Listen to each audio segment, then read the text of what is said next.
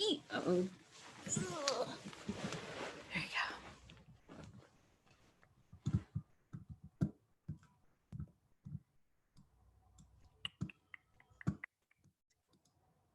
Hello, everybody. I'm just going ahead and trying to get everything set up. So you guys just give me a moment.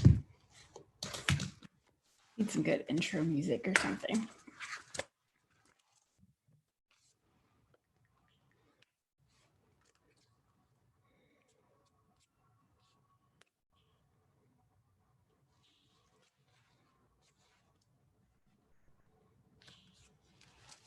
How's everyone? How's your week been? You guys feel free to drop your comments and drop your questions as you're coming in.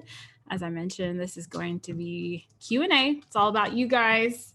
If you guys have any last minute questions that you guys want me to answer, or if you guys just want to know anything about me, YouTube, my processes, anything like that, or if you guys just have some stories or testimonies, let's talk about it.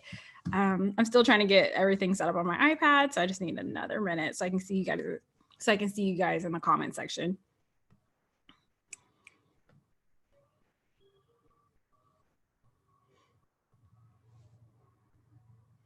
All right, there you are. Hey, Lisa-Lette. Hey, Sharina. Hey, Marta. Oh, you're from Chicago. Okay. Hey, Esok. All right. So as I mentioned, you guys, this is Q&A day.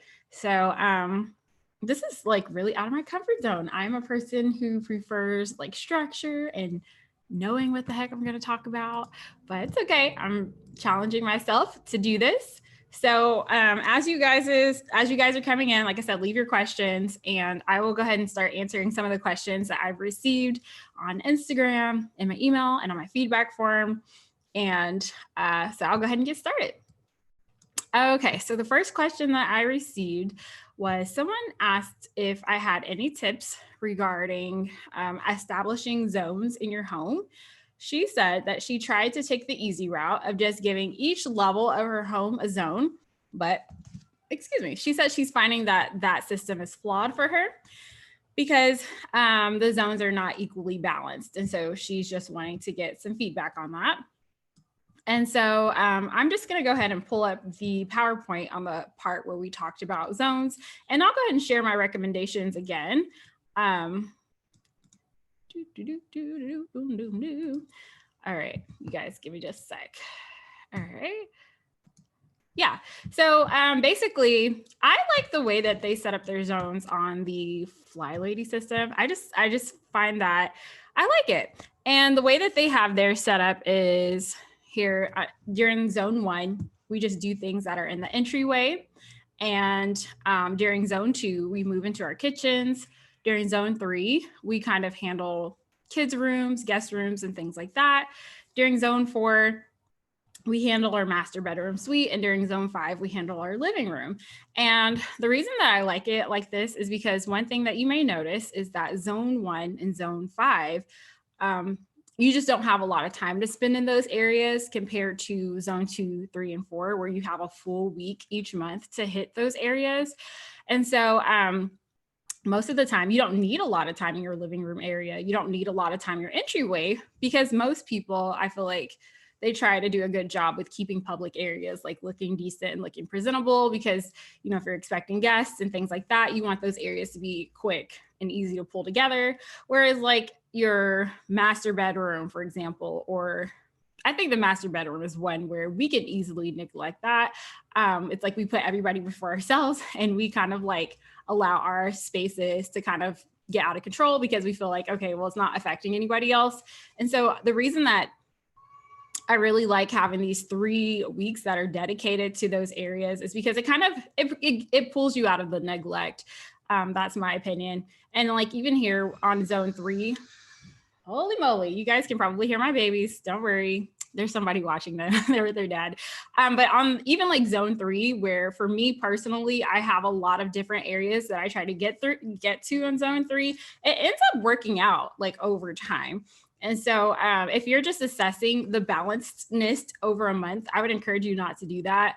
I would encourage you to just try it out for a few months, because what you're going to find is, for me, once I got my boys' room organized, I don't have to organize their room every single month. So I probably spent like the first month of zone 3 in my boys' room. And I was like, oh, okay, that like it's pulled together. So then the next month I just went and I organized and decluttered everything in their bathroom.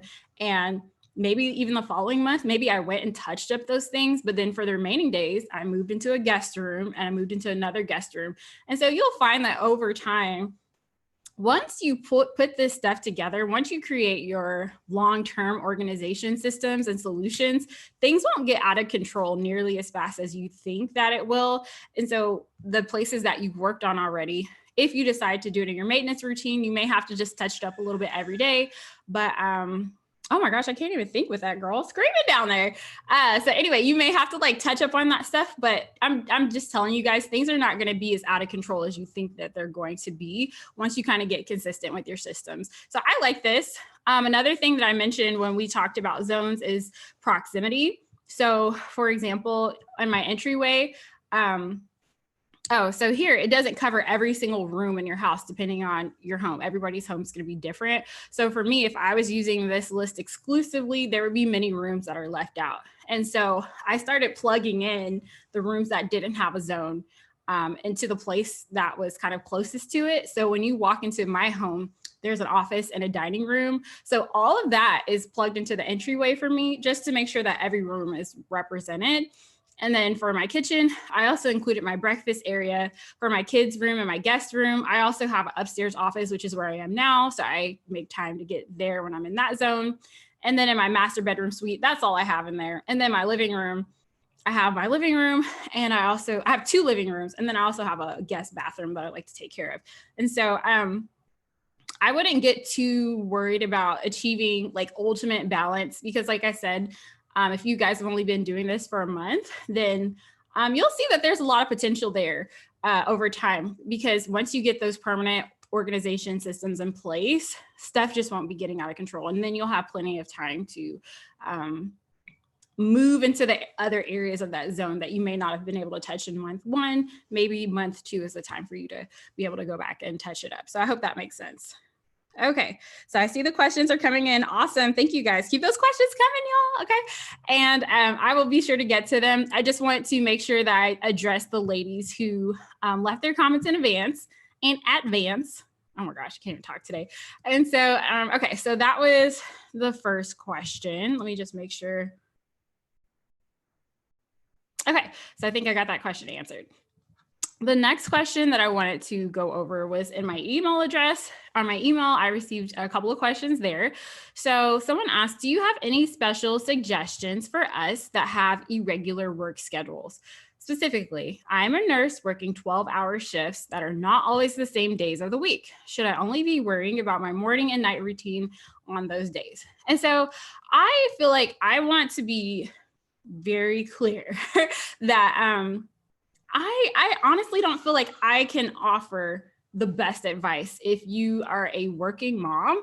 The only thing that I can do is share my processes in the hopes that you can figure out, if you like any of the processes, in the hopes that you can take it and build up off of it or build on it to figure out how to integrate it into your life. Or, yeah, I feel like that's all I can do. Or I can share with you what I would consider trying if I were to return to work, what I would think about doing. And so I feel like I don't know how helpful that is, because even with my own life, I sit there and I plan and I try to consider, like, maybe if I try it this way, it will work. Maybe if I try it that way. And I feel like the only way to really know what's going to work for you is to try it out for a week and then see what you thought about it. And so, like I said, I don't know how helpful that is, because even in my own life, I am tweaking stuff, I try stuff, and I don't get it right the first time a lot.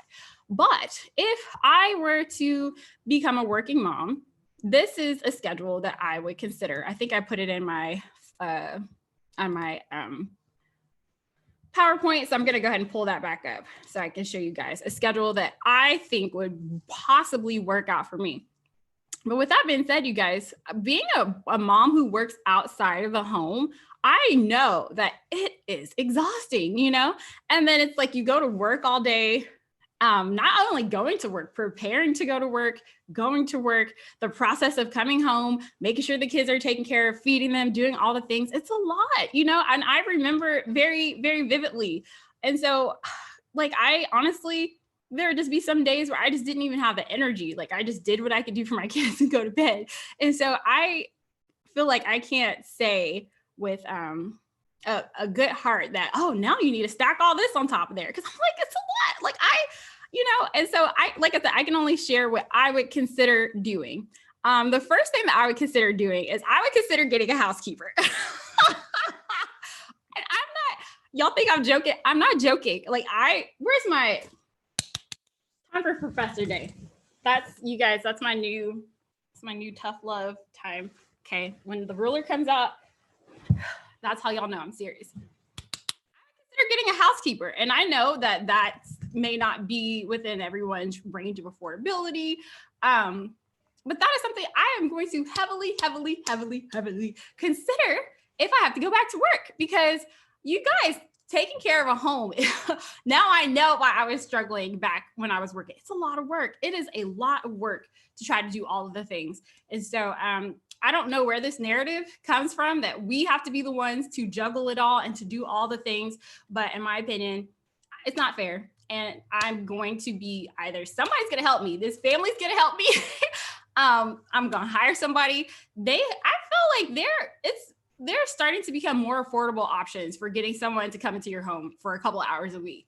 And so I have a friend, and I think it's like for her, there was a time where she told me it was like less than like 70 or 80 bucks just to get somebody to come in for a couple of hours. So if it were me, we gotta have some conversations.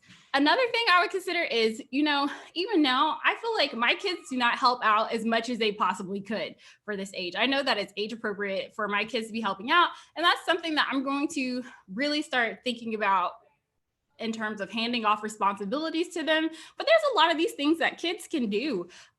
So if it were me, my kids would have to play a bigger role in the cleaning. And it wouldn't just be on me. I would be the person making sure that we got through the checklist. I would be coordinating the choir. But if I was in that situation, we're going to have to start handing stuff off. Most of these routines, and I think sometimes the reason that we have a problem with getting our kids on board and getting more participation with our family is because maybe, just like we kind of put a lot of pressure on ourselves to do all the things, and we put these unrealistic expectations on ourselves, it's possible that we're also doing the same thing to our families. And, it causes us to get overwhelmed and to shut down. It's possible that we're doing the same thing to them. And what I would consider doing is taking these very simple 3-step processes, 15-minute routines, and I would make them so easy, so simple for me to do that I know that I can hand this off to my 7 or 8-year-old and they'll be okay. Like, they don't have to do the whole routine, but they could do a piece of it, or they can start learning the system. So that would be me. Another thing is, if I don't feel like it's appropriate for my kids to help, the question I would start asking myself is like, how can I make this something that they can do, instead of being like, oh, they're too young to do this. This is too much. No. How can I arrange this so that when it's time for them to do it, it's not a big deal? How can I set up this toy situation so that it's never too much for them to be able to control it on their own? Like, it's something that they can do. When it comes to like dusting, for like these weekly home maintenance routines, you guys, we've talked about how these things don't have to be done perfectly on day one, because we're going to start doing it in steps. So the first step was we're just doing a rough draft. We're just getting something done. And then we can go in and do the detailed work in our zone cleaning. So these are things that are perfect for kids to do. How can I get my kids involved with, wiping down horizontal surfaces, dusting, giving them a rag, setting a timer. I've heard people say, how dirty can we get this rag in 10 minutes? And so get them to wipe down all the surfaces. How can I get my kids involved with wiping windows? Those are little things that they can do. Vacuuming, especially if you get you a light cordless vacuum, like, they can help out. In this week's email, that's one thing I'm going to be talking about, is just ways to make this stuff easier. And I was like, I remember one day I was just having like a rough day, but I was like, I really want to see these routines get done. And literally, I think I did this. I handed a rag to my oldest son. I handed a rag to my middle child. I gave my husband a vacuum, and I said, I will do the other remaining task. Like I think I ended up doing the toilet sheets and what's the last task that needs to get done? I think I mopped. And I'm like, just having all four of us working for 10 minutes, like I just felt like my home was so refreshed and so renewed, and then that gave me the energy to go do the last 20 minutes of tasks that I didn't really want to hand off to them. So I just really started getting creative. Either somebody's coming in here to help, or these kids are going to be helping out a lot more. So that's just me. Let me see another consideration. Another thing that I would consider doing is I know that I have a friend, Nurse Mom Flybaby. She's on Instagram. She occasionally makes YouTube videos as her life permits. But I think it's also a good idea to see what other stay-at-home moms are doing, because one thing that I've really learned from Nurse Mom Flybaby is the power or the importance of just finding balance and giving yourself that self-acceptance that, yeah, my life, there's different seasons. There's seasons where things are a little bit crazy, and I can't do all the things. I have to put my priorities here. And there's seasons where things calm down, and then I can swing things back this way. And so it's really just kind of interesting to see that pendulum in her life and how she's just juggling depending on how things are coming up, and seeing how those priorities shift over time. And so I think that it's really good, and it's powerful to see what other people are doing who are kind of in your same boat, so that you can stop putting, unrealistic expectations on yourself. And so that's my thought. Now, in terms of daily maintenance, I absolutely would not drop my daily maintenance routines if I were working, because I feel like if you have a homekeeper, they can do some of that for you, but they can't maintain your home throughout the week. And I just feel like daily maintenance is so important. It's only 15 minutes. And so maybe, you don't do your daily maintenance first thing in the morning, because I don't know, if you're out overnight, maybe you come home and I don't know. Cause I'm like, when I come home, I don't know. Cause if you're already up and you're active and you're doing stuff, you're getting breakfast and stuff ready for your kids, that's when I prefer to do my routines, when I'm already moving. It is so hard for me to sit down and then be like, oh, now I got to get up and do this. No. If you're already moving, already getting stuff done, just incorporate that into what you're doing. Just make sure that you're swapping out those dishes, that you're doing something with the laundry, and that you're working on your hot spots. And you can do those things within 15 minutes. And I think it's a 15 minutes that's worth spending your time on. And then I would probably do my 15-minute zone cleanings on days where I'm not working. That's what I would do, like I said. But I don't know how valuable that is, since I'm not actually in that position, because things have to be tweaked and changed all the time. You guys know that I'm kind of in the process of thinking about doing like a group or something like that for people who are just serious about this lifestyle and who just want that support and accountability. And that's one thing I'm actually thinking about is the software that I'm kind of researching allows us to have like group conversations. And I'm really thinking about grouping people by kind of what's going on in their life right now. And I feel like a working mom group, so that you guys can bounce ideas off of each other, I feel like that's actually what would be valuable to you. And so we'll see about making that happen. All right, so I digress. She had more questions. I remember you saying we should get to a place where we can manage the household on our own before we start to delegate some tasks to spouse and kids. Do you feel that that is the best route to go for the working mom as well? Or should we start out asking for some help? All right, so on here, I just want to just get some clarification on my thoughts. Like I said, all I can do is tell you guys what I did and what resulted from my actions and what worked and what didn't work.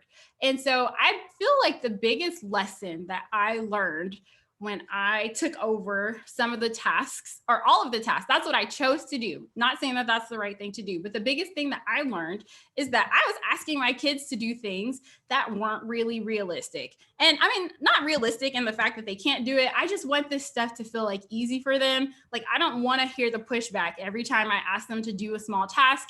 I don't want to hear, but oh, mom, I want it to feel like something that feels so easy that they're like, oh, okay, let me just go do it. And what I realized when I took over everything is that there are some things I was asking them to do that even I didn't even want to do on a regular basis. And that experience made me like sit back for a moment and ask myself, how do I make it easier? And by making it easier for myself and then handing the task back to them, it then made it easier for them. And so now I don't have to struggle with that pushback with them as much. I just realized that, for example, with the toys, there was just too many toys. There was too much for them to do. And it just made it not a pleasant process to have to do that day in and day out and day in. And that's why I was experiencing so much pushback from them. And seriously, as soon as I removed that kink, then it became easier for them. So guys, when I made that video, I evolve, I change. My ideas can also grow and evolve and change. So if that is what I implied when I said that video, is that we should be the ones to do it all, that's absolutely not, that was not the spirit of that video. The spirit of that video, I believe, was just teaching them how to do it by doing it with them, as opposed to being like, you're responsible with all that. You're responsible for all of that. And instead, like, getting in there with them, figuring out how to make it work yourself, and then being like a partner with them in the learning process and slowly exiting the scene. That was kind of the spirit of that. And that's worked out for me. But I'm not in the belief that, as moms, we should be the one to do it all. We should carry all the weight. I don't believe that at all. But I do know that it feels nice when you know that you can keep your home together, whether these kids want to have like a bad day, whether they want to have a tantrum, whether they get too busy, whether they get involved with curricular sports and they're barely home. It doesn't matter. I know that my systems are simple enough where I can pretty much keep things together, and me picking up the tasks that I have assigned to them, it's not going to be a big deal for me. So that is a benefit of working. You make it easier for your kids. You make it easier for yourself when you kind of put yourself in that position. You get more buy-in from your kids when it doesn't feel like you're just kind of shoving off the stuff on them. You're like, like you're kind of involved, and then you slowly remove. And then, like I said, if nobody wants to help me, it's fine, because my stuff is simple enough. And that gives me the ability to work on the real issue, which is like, why are you being disobedient? And then we can figure out the cleaning stuff later. So that's my thoughts on that. And then the next thing is, if you think we should ask for some help, what things or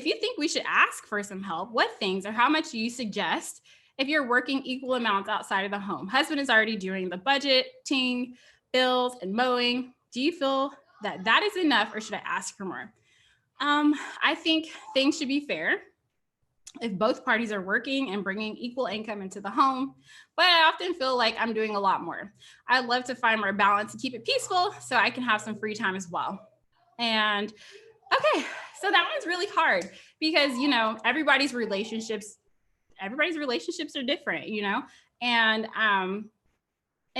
one thing that I've just learned is that, let me see, how can I tread the water very gently here? One thing that I've learned is, number one, if you have a peaceful homekeeping system, this whole idea of like 50-50, equal, it seems to become less important for me. When I feel like the reason before I got my system together that I used to demand, because I used to demand like, this needs to be fair, equal. I did this, you did this. I used to be like really bad at that. And I've noticed that when I got my system together, it doesn't bother me anymore. And I feel like the reason that I demanded, so much help, and I demanded that, I do my part, you do your part to that extent that I used to, is because I honestly felt like if I didn't have help, like I couldn't do it, like, and I felt overwhelmed and I felt like it was too much. And I just really had a negative experience with homekeeping and trying to keep the home together. And I felt like I didn't want to be in these trenches by myself. And so what I realized is that when I got to a point where the homekeeping didn't feel so burdensome on me anymore, like I felt like it was lighter and easier for me to stay on top of. Like, yes, I love the help. And in fact, like, well, hold on, let me get to that in just a minute. Like, I love help, and I feel like my husband helps out a lot. And I honestly don't know if he helps out more now or if he's always helped me out. But the fact was, when I felt like low and I felt like frustrated and negative, I couldn't acknowledge it the same way that I can acknowledge it now. And so I think I had like a whole video where I kind of talked about that before, is like sometimes people really are trying to do their part. They're trying to show up for you. They're trying to lighten your load. But when they do that, they show up and they try to help you. And the first thing that you do is like gripe at them. And you're like, what about this? And what about that? Did you get that? Like, it really, first of all, that's discouraging to them, but it's like, it kind of makes them feel helpless because some people genuinely do want to be helpful, but they don't know like how to step in a way that feels meaningful to you because your standards are too high. Like, just like our standards can be high on ourselves, sometimes we can put those same standards on our loved ones. And like, it's very discouraging for them when they do try to help. And so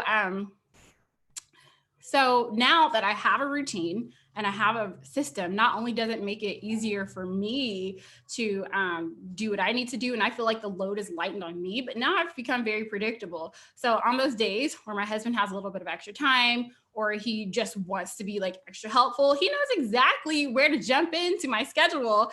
And he knows exactly what he can do that will actually make a difference for me, because he's like, okay, every morning she does this, this, and this. So let me just go ahead and toss in the laundry today. Let me just go ahead and swap these dishes out, because I know that when she shows up for her morning routine, that's going to be a couple of less things that she has to do.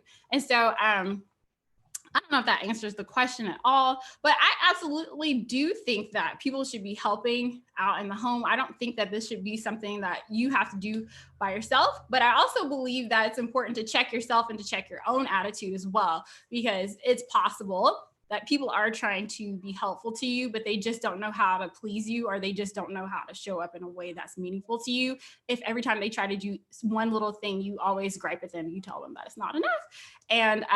And it's like I said, you just have to be sure that you're not taking your own perfectionism and also putting it on someone else, which is really easy to do. And so, and then kind of as I mentioned with the example with the children, if we get to the point where we make these routines like realistic and simple, I think that will encourage more buy-in from our family just overall. So that's my thought on that. And I think I had one more question that I wanted to do before I jump into the comments.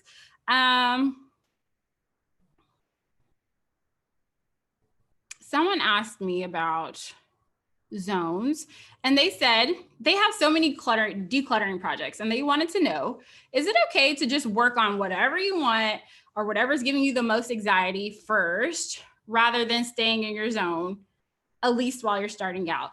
And so I would tell you that you are the captain of your own ship, okay? So I would just tell you to do whatever you think is best. My idea is just to give you a structure that you can begin to work out and fill in the gaps for yourself. But what I do want to caution you about is the fact that if you are anything like me, you're probably struggling with a lot of neglected zones in your house, a lot of areas in your home that has just been really neglected for a long time. And being forced to, not forced, because like I said, this is all voluntary, you guys, but being encouraged to rotate around my home has really helped me get out of the guilt of like the neglected spots in my home. Because I had closets I ain't seen for years. I had rooms that I just really felt like, if I just had the time, I would do this, and I just had all the reasons why I wasn't getting to those rooms or getting to those spaces as often as I could. And then when I started implementing the zones, like the big projects that were annoying me in the public areas got done, as well as the projects in the not so seen areas of my home. And so I just feel like it helps you become like a more well-rounded cleaner. Because if you're struggling with perfectionism, one thing that's very easy for us to do is to get hyper focused on stuff and to like throw everything else out the window until we get that one thing done. And I think this system really encourages us to try to become more balanced, if you will. Like, yes, I'm not done with this stuff today, but I know that I'm going to be making progress because I'm going to be consistent. And while I'm taking care of this, let me just go ahead and take care of, my whole home and make it like a whole house kind of program. And so if you feel like, let's say this is like your public areas and you would really feel good to get those things done, I don't see any issues with being like, for the next 2 weeks, I'm going to halt everything with my zone cleaning. And I'm just going to spend some focused attention here. I feel like this area really needs it. And then once this 2-week period is over, I'm going to resume back. Like personally, I don't see an issue with that. And I think I've done that before. I've swapped out zones before because I think like there was a time where I was expecting guests or something like that. And I was supposed to be working in like another zone. And I was like, you know what, for this week, I'm actually going to swap these zones out. Like I'm going to make sure to spend my 15 minutes a day working on the areas that are the most important to me when we have these guests. And then I will resume our schedule back as normal whenever, this week is over. So definitely feel free to use it however is beneficial for you. But I would just really encourage you to be aware of the tendencies of a perfectionist, which is we can kind of get zoned in on one thing and kind of let a lot of stuff fall off while we work on this one thing. And so I don't want you guys to do that. I want you guys to be super well-rounded. All right, so I think I got to all the comments that were sent in advance. So now I'm gonna go ahead and jump in the comment section. All right. Okay, Lisa wanted to know how long I've been doing the Fly Lady system. I started last year in August. Like, I can't even believe it. Like, one piece of me is like, that's not very long. And then the other piece of me is like, dang, it's been a long time. So I don't know. Like, so that's been a year. Lisa said you also have main bathrooms in zone 3. And so main bathrooms. So for me, I have like 4 bathrooms in my home. So I'm not sure which one you would consider to be the main bathroom. So I usually do in zone 3, I do my children's bathroom. Right now we have guests in our home. So they're kind of like handling their own bathroom. But when it just used to be us, I would also handle my other guest bathroom during zone 3. And then I handle my guest bathroom in zone 5, which is my living areas. So I don't know if you consider that to be a main bathroom, but that's like my bathroom that's downstairs. So when we have company or anything like that, that's handled during the same time that I do my living room. And then my own personal bathroom is handled in zone 4, which is the master bedroom. So it really just depends on the layout of your house and whatever you think is best. But I'm like, I got a lot of bathrooms here. So yeah. How do get on? Okay, I'm not sure what that question is. I'm sorry. Is it Odalis Cardona? If you want to ask me your question again. Oh, wait. Okay, she's asking, how do you ask questions? You can ask questions just right here in YouTube. I'm sorry. I had some questions that people sent in advance. So I just wanted to make sure that I got to those first. And so, hi, everyone. Hey, Melissa. And what does your family think about the progress of your home? That's a good question. Yeah, I feel like starting, oh my gosh, where's my ruler? I need it. I have to be in Professor Day mode. Okay, we'll use a pencil. So yeah, I feel like starting my Fly Lady system, it impacted my family more than I thought that I was going to. I honestly thought that I was just doing this for myself. Like I wanted to be a better home manager. I wanted to like feel less overwhelmed with all of the tasks that needed to go on with like keeping this house together. And so I was just kind of like, yeah, I just wasn't expecting it to have the impact on my family that it did. Some things that I noticed is that number one, my kids, every time they would come home and see something different, like it's just, I don't know, they just felt so excited about that. Just little things. Like I remember when I was cleaning out my pantry and like every day they would come home and they were like, wow, this looks so different. This is so cool. Just little stuff that I would never think that an 8 and a 6-year-old would care about. Another thing is I remember like just even like holidays, for example, this year, I felt the confidence to kind of go a little more and above and beyond than what I normally do. Because most Christmases, I'm like panicking, I'm like pulling things together at the last minute. And I feel like I'm never impressed or happy with, what I pull together at the last minute. And that's because like, perfectionism kicks in, it makes me shut down. And then I'm just literally doing the bare minimum to pull it together at the end. And so last year I did the cruising through the holidays program. I followed along with a Fly Lady, like website and on her YouTube channel.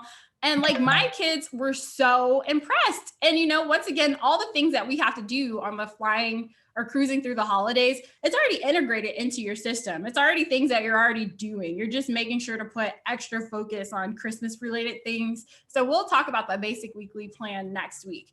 And so, like we just have different focuses each day. And so basically all we did for the cruising through the holidays is we took that same thing and then we just made it Christmas related. And you guys, like working through my system with that just helped me out so much, and it gave me so much confidence. And so my kids literally were just like, whoa, now we have a home like everybody else's home. And I was like, you know what? Don't be throwing shade over here, okay? I'm trying my best. I'm doing my best, all right? But no, my kids were just really happy because like for the first time, I like went above and beyond with decorations, and I had like a really cool tree, and we did like just most of the traditions that I felt like I wasn't able to get to because I wasn't planning my time out well, and I wasn't using my time effectively, if you will. We got to it. And I just really felt like last year, just my kids just really had a more joyful experience when it came to holidays. And I can honestly just thank my system and just feeling, and you want to know what the thing is, it didn't even feel overwhelming to me, not at all. Like, because I just did a little bit every day as I inched closer to that goal. And so it was just really cool to be able to do that, because I think when I had visions about like the type of mom that I would be and what my life would look like as a mom, I feel like last year in working through my system kind of gave me the ability to like see that vision come closer to life, if that makes any sense. And so, yeah, it impacts my kids. And then also I kind of talked to you guys about being careful with taking your standards of perfectionism and shifting it off into like your children or your spouse and things like that. And I feel like that my system, it also, for me, I just feel like it creates like a smoother relationship. Not every, I'm not going to come on here and talk about like relationship stuff like that or get too deep into that. But I just noticed that that's like one area of tension that we don't have to deal with anymore, is me just being like, like, what about this? And just I need help and I need this, like, because I just feel happier with the homekeeping, and I feel happier with the way my home looks. I feel like I'm not doing the most, like I'm happier with my energy levels. And so I think that it's kind of, that's just one less thing that, because relationships are hard, you guys, marriages and stuff is tough. And so it's just nice to have like one less thing that we have to like constantly talk about or work through. So, another thing in terms of family is, one thing that I really struggled with prior to my system was like planning birthday parties and wanting to do all the social things, because I always felt like that stuff was too much work, you guys. Like, I'm sorry, like it just overwhelmed me, and it just overwhelmed me so much. And so after I did my cruising through the holidays, so that's what I did for Christmas, I had the confidence to throw a birthday party, like a really, decent sized birthday party for my boys. And so they were super excited about that, because usually I just try to keep like birthdays really small. And so once again, I have 4 kids, you guys. I work part-time, and I was able to get that thing planned out and execute it. And I honestly felt like it wasn't that stressful. And the joy that I received of watching my kids, just enjoy that. And, they've been looking forward to a birthday party for years, and just to be able to do that and not feel like overwhelmed, that was really helpful. And, it was really cool when all I have to think about is, let me get the desserts right. Let me get the decorations. Let me hang up balloons and do all that stuff. Because the home management portion of my system helped me with organizing everything. And then my home, it just kind of like, I'm constantly, well, not constantly cleaning my home, but I have a system that keeps the home looking together. So it's just really nice when that's all you can think about is a party. You don't have to like worry about binge cleaning or trying to conceal the fact that you're like a slob. When I say that, I'm pointing at myself, people, because that's literally what I used to feel like every time I had company. Like, okay, I don't want people to know like how big of a mess I am. So it was just be like a big panic as I try to pull the house together. And so now I don't have to deal with that. And I honestly feel like the cost of like living that kind of life is not too expensive. It's 15 minutes here, 10 minutes there, 15 minutes here, and just being strategic about how I spend that time. So I hope that answers your questions. All right, next question. All right, scrolling back up.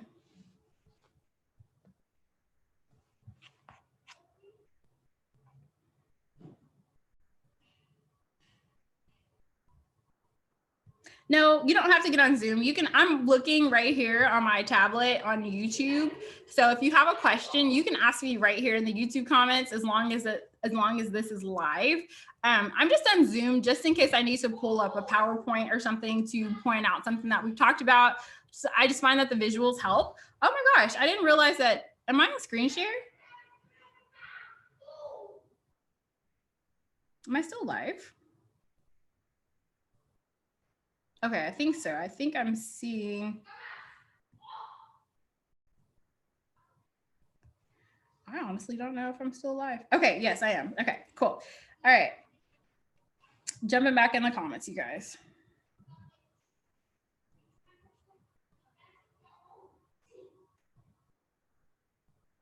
Hey, Stephanie, this is your first live chat. What's up, girl?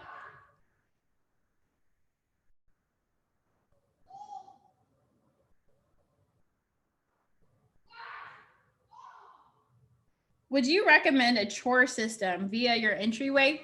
Okay, so I'm thinking that you're asking for like a checklist or something like that. Hold on. A zone cleaning checklist. And so if you guys need like more structure in terms of how you spend your zone cleaning, I recommend just finding, there's like checklists everywhere. I think even on the Fly Lady website, they have checklists. Personally, when I show up to my zone cleaning, I just have 4 things that I'm checking for and that I'm working through. Is everything in this area decluttered? If not, I pick a decluttering project and I work on it for 15 minutes and I keep working on decluttering until all the decluttering is done. When I come back, is everything organized? Because I don't like to do decluttering and organizing at the same time. And so let me just go back to decluttering. By decluttering, I just mean getting rid of things that are not for this season of your life. Maybe it was helpful before, but it's not for this season right now.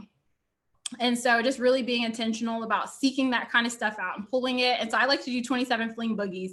Pretty much set my timer for 15 minutes, get rid of 27 things I don't need anymore to lighten up the space. And then once I feel like the place is sufficiently decluttered, then I could do that in one day. That could take me multiple days. It doesn't matter. I just keep working on that one task until I'm done. And then the next thing is organizing. So now that I've removed the clutter, I try to take what's left and group it according to light categories. And so maybe if I'm working in a closet, for example, I might put all of the medicine in one place, all of the feminine products in a place, all the makeup in one place, all of the nail products in one place. So I just create groups. And then I take a picture of it and I run to the Dollar Tree and see if I can find a basket that can fit that group. And then I will put the items into the basket or into the container and then put it back where I want it to go. So that's organizing. And then after that, I'll do a little bit of decorating. So maybe I might want to arrange it a certain way, or I want it to be aesthetic, or however I want to do that. I'll go to Pinterest and get ideas of how I want to arrange the space now that everything is decluttered and organized. And then finally, after you do that, you guys, I know that it seems like you're going to do all that work and that it's going to come right back. But I promise you that if you do the zone cleaning and you show up consistently, you're not going to have to like declutter as hardcore as you did that first time if you're maintaining it, if you're staying on top of it. So literally that is all that's left is deep cleaning. What in here needs to be wiped down a little more? What cobwebs do I need to dust out? What do I need to just give a little bit of TLC, a little bit of scrubbing to? And that's literally all that's going to be left to do once you get all of your decluttering and organizing and arranging done. And so for me, I don't need a list to be able to walk into a place and be able to think about where am I on this process? What could this room really need right now? The way that I find stuff that needs to be done is I never walk away from a zone cleaning project without doing at least one thing to improve the space. And that served me pretty well. Fly Lady has a game on her channel that I used to watch and I really enjoyed, where you get a sticky note and you look up and you find 2 things that are kind of up high that you can fix. You find 2 things to the left that you can do to improve the space. This is what I would do after, let's say I decluttered, I organized, I've decorated, and deep cleaning is all I have left, or there's not very many projects left in this space. Anyway, let me start over. You get a sticky note and you find 2 things kind of up high that you can work on. You find 2 things to the left that could be improved or leveled up. You find 2 things to the right that could be improved or leveled up. You find 2 things in front of you that can be improved or leveled up. You find 2 things behind you that can be improved or leveled up. And then you look down, what can you improve? And you have a list here of several things that you can start working on. I set my timer and I try to knock off as many of those things as you can. So I feel like as long as you're challenging yourself to make this space better than when you started, you're going to find stuff to do. And then you go do that stuff. And then if you literally are sitting there trying to figure out 2 things to your left, 2 things to your right to improve, and you like are drawing a blank, then for me, that's a good time to go to the cleaning checklist and do all the things. But I feel like the amount of time that I spend zone cleaning, which is like 45 minutes a week, like literally there are weeks and it's some areas of my home where I'm just like, what do I do now? Like there's nothing to do, but that's my goal, is I always find something to do. Another thing is sometimes it can be hard to see deep cleaning if that's something that you didn't grow up seeing people do. And that's my situation. Like I didn't really see people doing like the deeper cleaning and stuff. We did a lot of surface cleaning, which is not to knock anybody, but that I just wasn't trained to have an eye for stuff like that. And so getting into the process of just being like, no matter what I do, I have to fix something in this room. I have to level this space up, really started to make me open my eyes and see, oh, okay, I see like the fingerprints on the wall, and I see the fingerprints on the light switch. And oh, I see that little corner could be scrubbed out a little more. So it really kind of opened my eyes to things that I wasn't noticing before, when I felt like I was constantly just picking up toys and picking up daily clutter and things like that. So if that makes sense. So no, I don't have like, that's pretty much the 4 steps. And then outside of that, if you feel like you need additional structure, which is perfectly fine because different things give peace to different people, there are checklists. For me, I just find that the checklist, I don't know what it is, but I just like being able to be intuitive and go for the things that are bothering me the most first. And then I'm open to checklists. I just don't like to feel like obligated to them, but I feel like they're very good as inspiration for me. Daily maintenance gives me so much energy back once I'm done. Yeah, girl, me too. I feel like most times I hardly ever want to do that maintenance, but over time it gets easier. It gets easier to just show up and do it anyway, or maybe you're doing it as you're cooking. Like if you have a moment here, you might just touch up something there. If you have a minute here, you might go swap out the laundry, however you do it. But for me, I feel like I get like a renewed sense of energy just to see my house pulled together. I'm just like, okay, just like these little things, like seeing your sink empty, knowing that you don't have a pile of laundry waiting for you, seeing your hot spots cleared off. It really can make it feel like you're just doing the most. And you're like, girl, this only took me 15 minutes. And the key is consistency. If you want it to be easy to pull it together, just keep doing it. The more often that you touch it, the easier it's going to feel. But it really makes me feel like my whole life is together. Hey, Lisa. Good morning, beautiful ladies. The system has me so confused. I don't know. I haven't been able to start. Okay, so the only thing that I can recommend is, I know that I have a lot of subscribers who are coming on and they're trying to catch up with the peaceful homekeeping system now.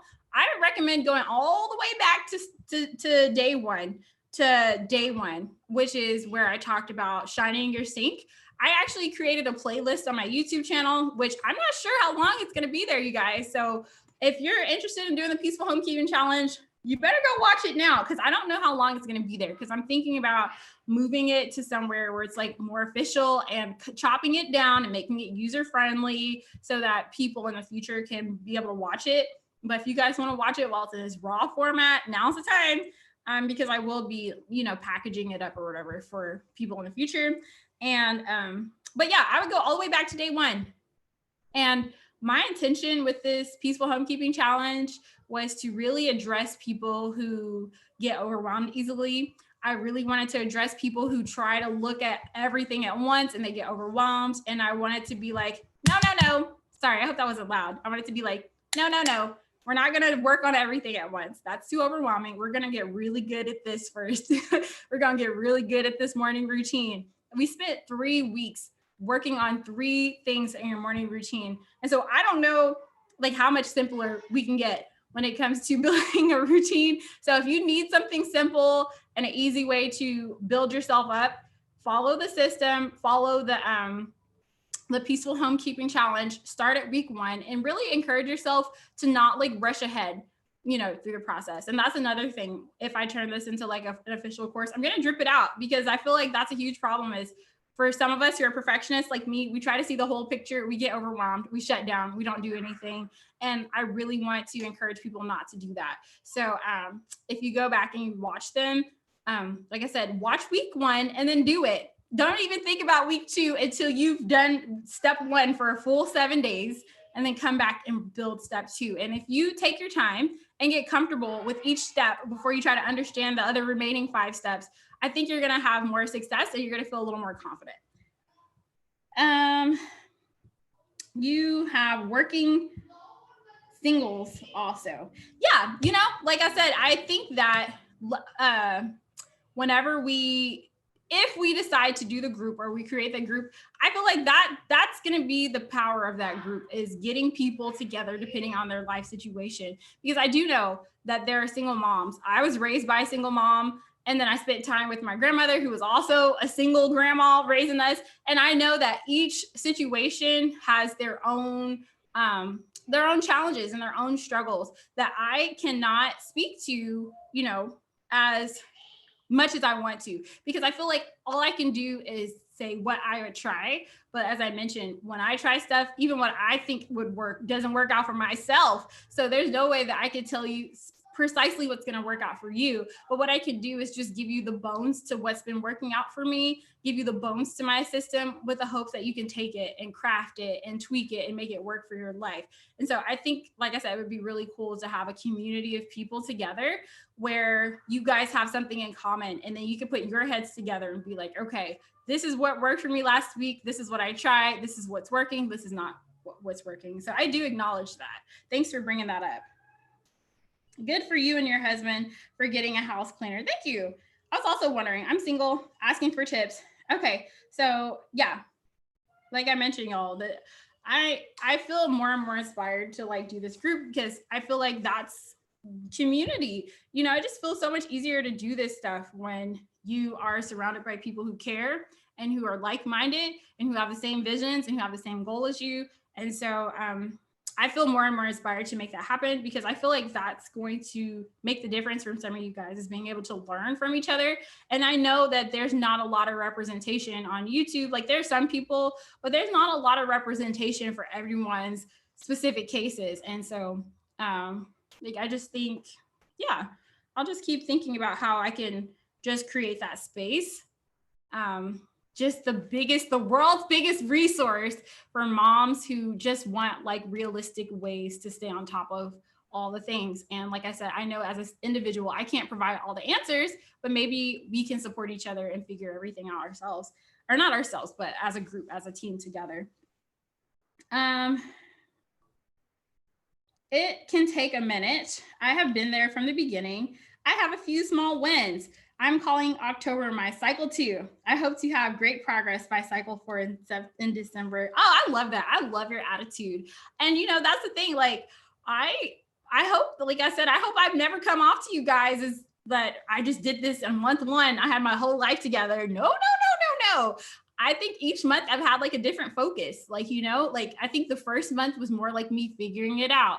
And then over time, I was like, okay, I really need to get consistent with this laundry. I'm tired of struggling with it. I still feel like I'm like not working or doing it the best that I can. So let me just really focus on this for a couple of weeks.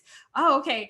Like, that's getting better. I really want to focus on being consistent with zone cleaning. You guys, I make this joke all the time, but there was one time I was so far behind on zone cleaning, and I felt ready to zone clean. And I was like, girl, what zone are we in? Like, so I've fallen off of things all of the time, but I feel like the thing that's really going to help us be successful is to just have that mindset that like, okay, it's a new week. What happened last month or last week? What are the things that worked well, and what are the things that didn't work well? And what are some solutions or some 3 ideas, 3 strategies for helping me get through that? And let me just pick one and see how it works out this week. And when you just get into that mindset of knowing that this is a continual process of tweaking and refining and editing, and even when you think you got it perfect, girl, life will throw something at you like virtual school, and then you got to start all over again. Like, oh, girl, even now, my basic weekly plan, that's the area in life where I am really trying to just tweak it and figure out how to make it work for me. So like I said, I just want you guys to know that's completely normal. If you feel like you just kind of did it this month, James Clear said 51%. If you're showing up at least 51% of the time, that's enough to start the process of creating a habit, and you can grow. You can grow. You can get better from there, and that gives me a lot of hope for my situation, and it makes me feel like, okay, don't give up. Just keep trying. You know, because it's possible to build these habits. You don't have to be perfect to build this stuff. If I hired someone just once a week, I choose someone to, 1, clean fridge once a week, do 2 baskets of laundry, towels, bedding, other, and sweep and mop. Girl, yes, okay, yes. Hi from Japan. Hey, girl. Love what you may have said in one of your videos. My home is a ministry to myself. Absolutely. Absolutely. Like, and I feel like that's what I hope that this is going to be from some of you guys as well. And that's why I just feel so excited about this, because I just feel like my home really revealed, just lifted off that veil to me that, girl, you are a struggling perfectionist. Because I was just like, there's no way I can be a perfectionist. Like, do you see my home? Do you see my life? Do you see this chaos?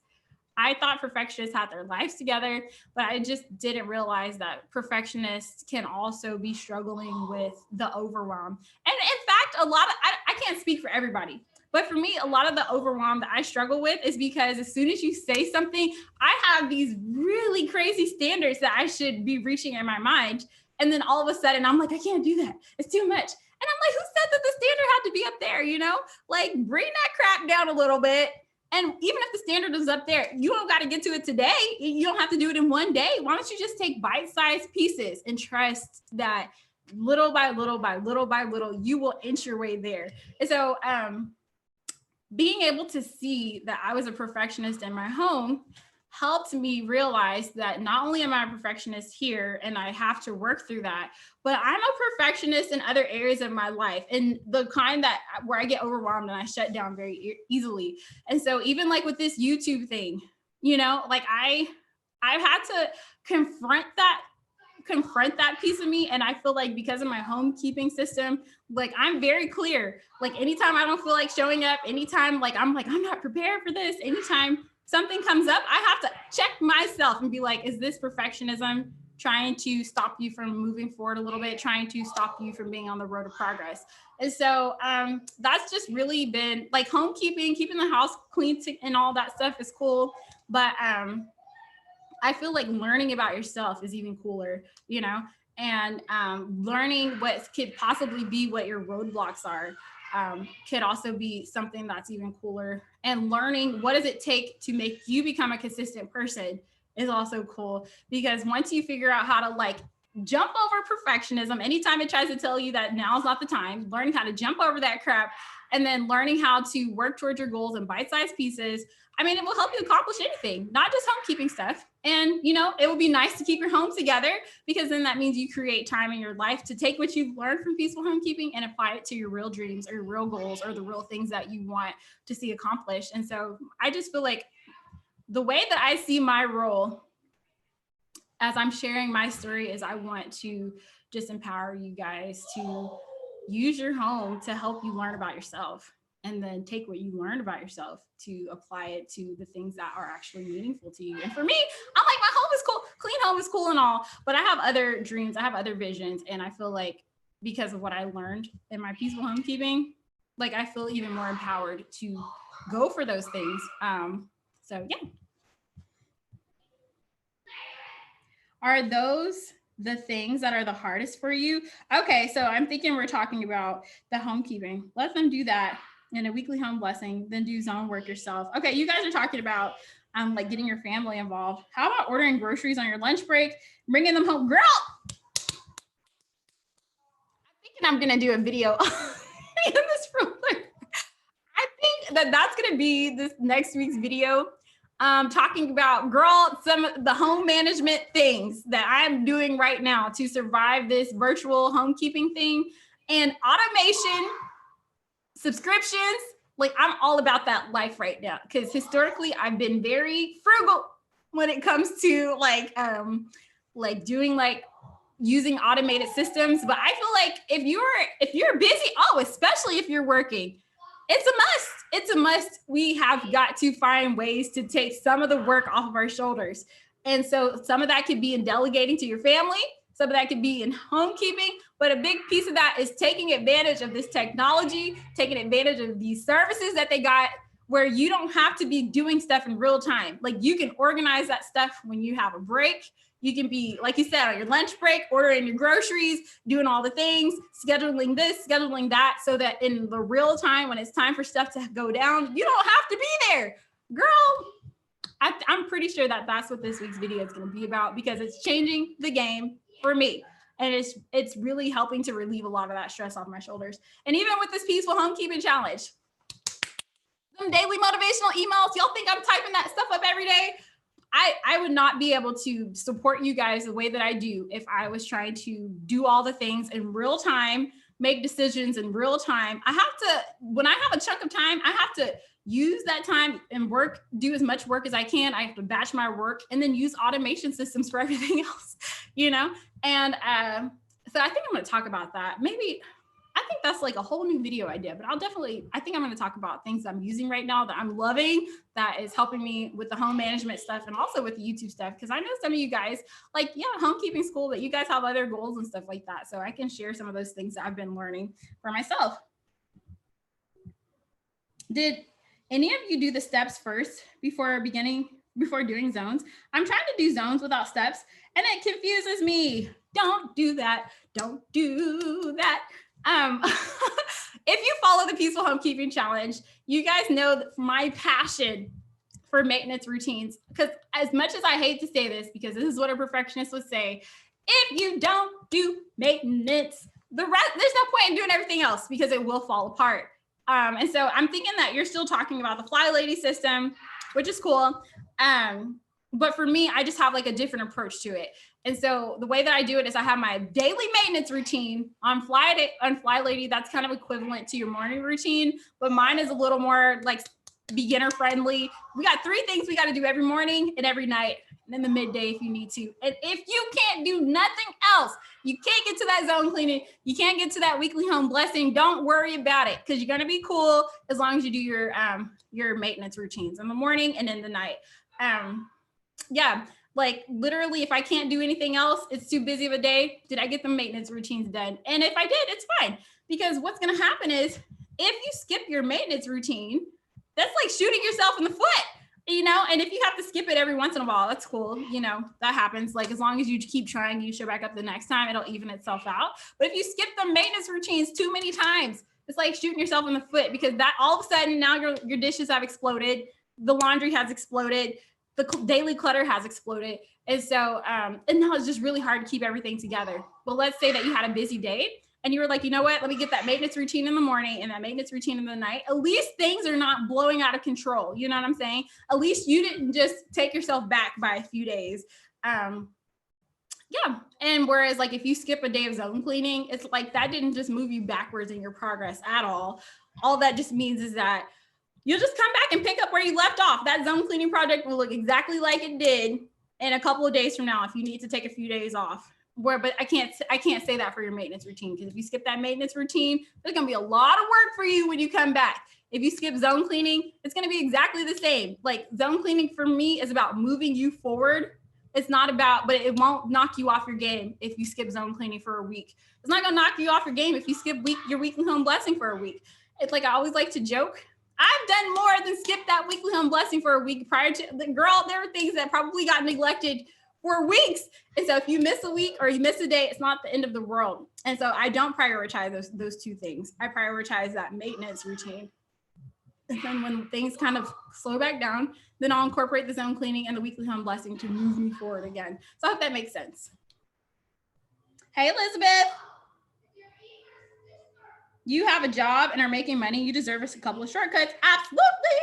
That's what I think. I had to do morning and evening routines first as a habit. Yeah, I think that's a good way to start. Declutter before you do zone cleaning. For me, I consider decluttering to be a part of zone cleaning. That's just the way I look at it. So yeah, and for me, I have zone cleaning. And as I mentioned, I have 4 things that I am checking when I show up to zone cleaning time. And when I'm zone cleaning, step one is to declutter. So do that 27 clean boogie as many days as needed until all the decluttering is done. Organize as many days as needed until all the organizing is done. Arrange as many days as needed until the ranging is done, and then deep clean. That's all you have left. And if you stay on top of it, the mess will not come back if you're staying on top of it as instructed in this program. And then that's all you're gonna have left is deep cleaning. And so for me, I don't see those as two separate things. I see that as one big bucket of cleaning and making time to do all of those things a little bit each day or 3 days a week or as how often you can. But do your maintenance stuff. And then whenever time permits, work on the other zone cleaning things. For me, like I said, decluttering and organizing and deep cleaning and stuff like that. So to me, that's two different buckets. Decluttering fits over here. Okay. Do you have clutter in your home? If so, it has been heavily suggested that you get rid of the clutter first because you can't clean clutter. Absolutely. I feel like decluttering takes any project that feels overwhelming to me, and like it just, I don't know what it does. It's like as soon as I get the clutter out, I just have clarity of the possibility of that space. It's just too overwhelming for me to try to like be doing all the things while the clutter's there. So that's why when we're doing zone cleaning, step one is to remove the clutter, because it's like once you get all the junk out, all the stuff that you're not going to do anything with or that you don't need, then it becomes easier for me to see the promised land. And I feel like for me, I highly suggest getting very, serious when it comes to decluttering, because I think before I started my program, I used to just be like, oh yeah, I'm just going to get the things that are ripped and, but I just feel like the things that are obviously trash, but I feel like there are things that we should be decluttering that may not seem like trash when you're first starting. And I feel like that's one thing that I've learned through my Fly Lady system is to look at clutter a little bit differently.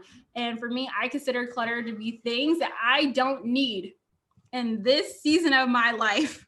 Like right now, with the way my life is functioning, I don't need it anymore. Maybe I needed it when my kids were babies. Maybe I was sewing back in the days. Maybe I was doing this thing back in the days. Maybe my kids needed this cute lunch bag when they were kindergarten. They don't need it right now. So let that crap go. Send it to the next family, whatever you need to do, so that you can be working with the stuff that you need right now. Because if you guys are anything like me, on a regular basis, you're bringing more stuff into the house, and literally you could start to crowd yourself out of your own house if you're bringing stuff in, but you're not also letting go of the stuff that you don't need. And I feel like that's where the overwhelm comes, is when you have too much, when you have excess.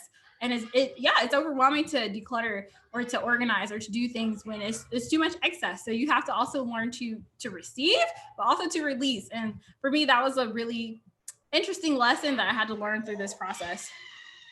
Finally caught you live. Hey, Trishy.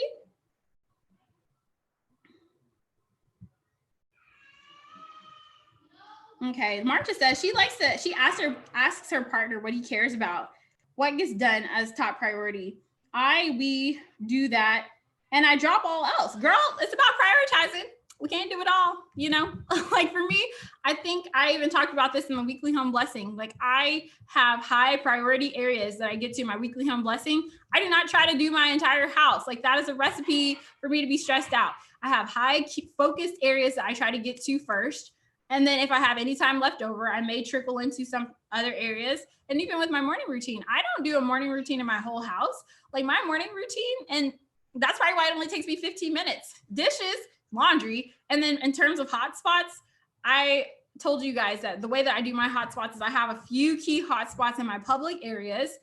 And that's where I started with. And then over time, as I did my zone cleaning and I've identified more hotspots, I'll expand, because, if I spent 3 days cleaning out my bathroom, the last thing that I want to do is come back at the end of the week and see my bathroom counter cluttered again. So for me, that's a part of my zone cleaning, that's a part of my morning maintenance, because I put so much work into cleaning it off and I want it to stay like that.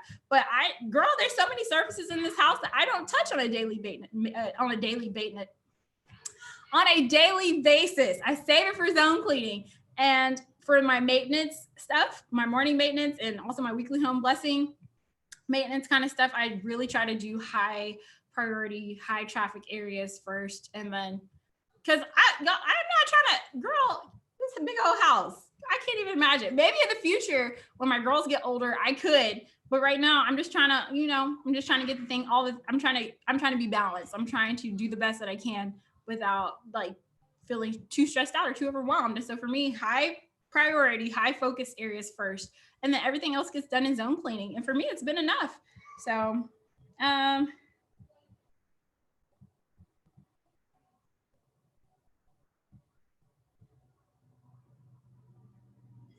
yeah, Lisa Lett pretty much said the same thing. Sometimes I've been cleaning a zone and then incorporating that clean space and a daily maintenance to keep it decluttered and clean. That's exactly what I do. Like, because I'm like, I just spent all this time. It is so easy if you do it every morning and every night for me to keep my bathroom counter clean. Because I literally just scoop off the stuff that just tried to trickle on during the day, and at night I scoop it again. No big deal.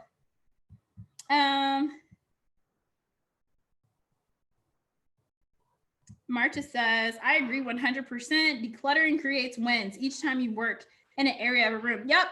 I feel like that's like half the battle, getting rid of the stuff that you don't need.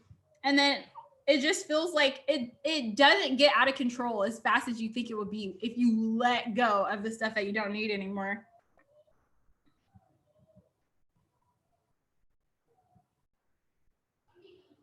I'm going to try to work on the areas that cause me the most frustration / extra energy to circumvent. Are you talking about during zone cleaning? Like that's how you're going to start your zone cleaning?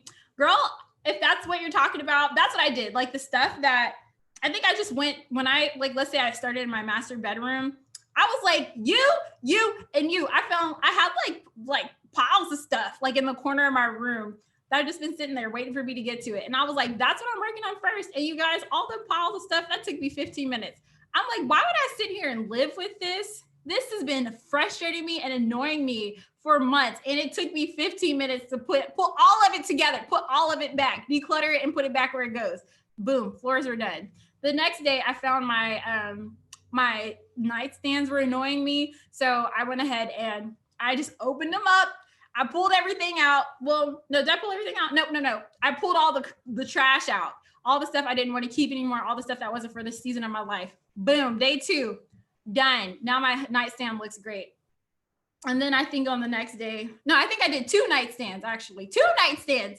And then the next day I cleared off the surface that was like on my dresser, where my mirror is. I got that done in one day. And I'm like, by the end of the week, I felt like I was living in a new room, y'all, and that's what I did. I went to the stuff that was annoying me the most first and then moved on with my life, And so, and it turned out that the things that were bothering me didn't take as long to pull together as I thought it was going to do, that I thought it was when I used the steps that I outlined for you guys.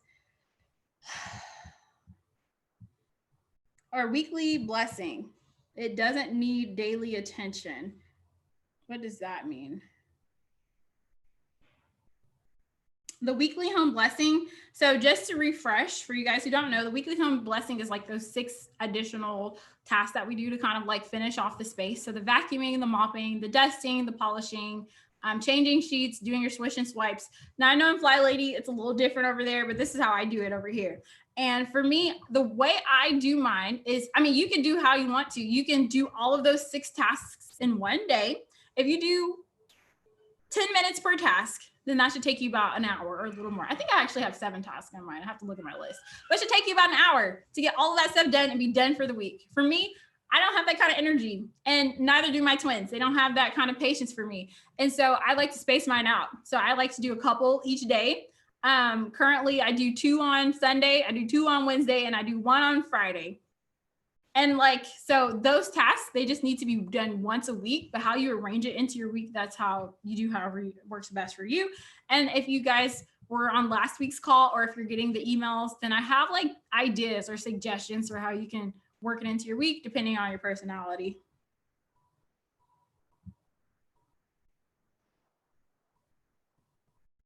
Exactly. Elizabeth said, I started since the beginning, and it's better to not understand so much, but to simply just show up for the daily routines and move when you feel okay, but not to wait for being perfect, as she says. Elizabeth, girl, high five. Yes.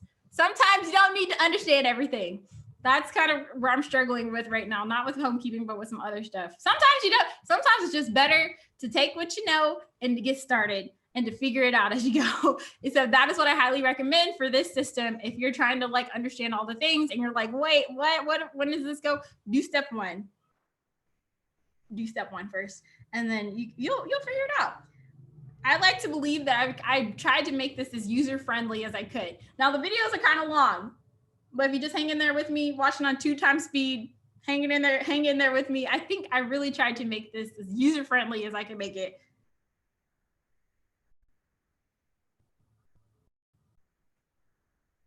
Yeah, exactly. There's a lot of people on YouTube that use Fly Lady as a jumping off point. Miss Happy Housewife and The Secret Slob are two of my favorites. Yeah, absolutely. That's what I really love about that system. Like for people who give themselves permission to like tweak and change things, it's really a good starting point. It's a good structure that you can be like, okay, I like where this is going. These are some changes that I think could help make it work better for me. And so that's simply what I've done. And that's simply what I'm teaching. Oh my gosh, my nose is so itchy today. I'm so sorry you guys have to witness this. I've been scratching my nose a lot, but it's like really itchy. I should have taken some allergy medicine. But anyway, that's like the thing that I really like about the system. And I feel like there are some people who like to kind of be like strict about it. Like, no, this is what's on the system. This is step 1, step 2, step 3. And I'm like, that's great. If it's working out for you, and things are going smoothly, do what makes you happy, girl. But if it's not, give yourself permission to tweak this stuff, you guys. Even with my system, I will never be like, this is the end all be all. But if you're struggling and you want to try something new, give yourself permission to try it and see what parts of it you like and what parts of it you don't like, and ditch what works, ditch what doesn't work. And I think that's the cool part about seeing ways that different people have tweaked it and how different people use it, because maybe your personality doesn't align with mine. And maybe, there's somebody else who you feel like kind of understands kind of how you're feeling, and maybe their tweaks might work a little better for you. So absolutely.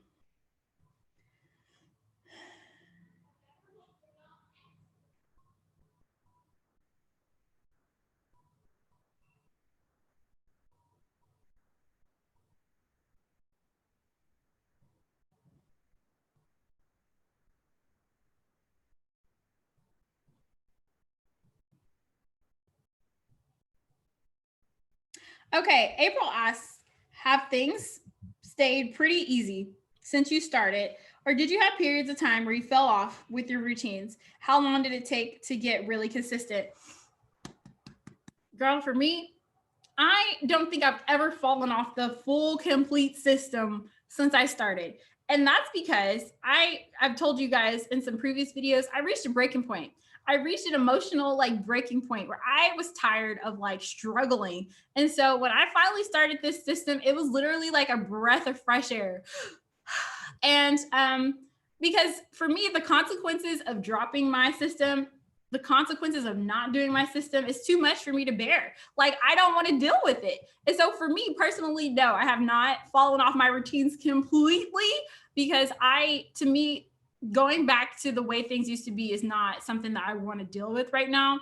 And so I was listening to this book, and they're pretty much talking about how, sometimes people, when we make decisions, we're trying to think like which decision is good and which decision is bad.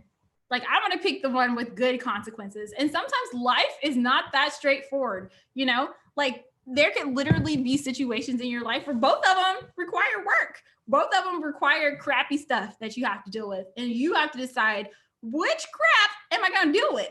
Am I going to deal with these routines and showing up and being consistent for my 10, 15 minutes here, even though I really don't want to do this crap right now?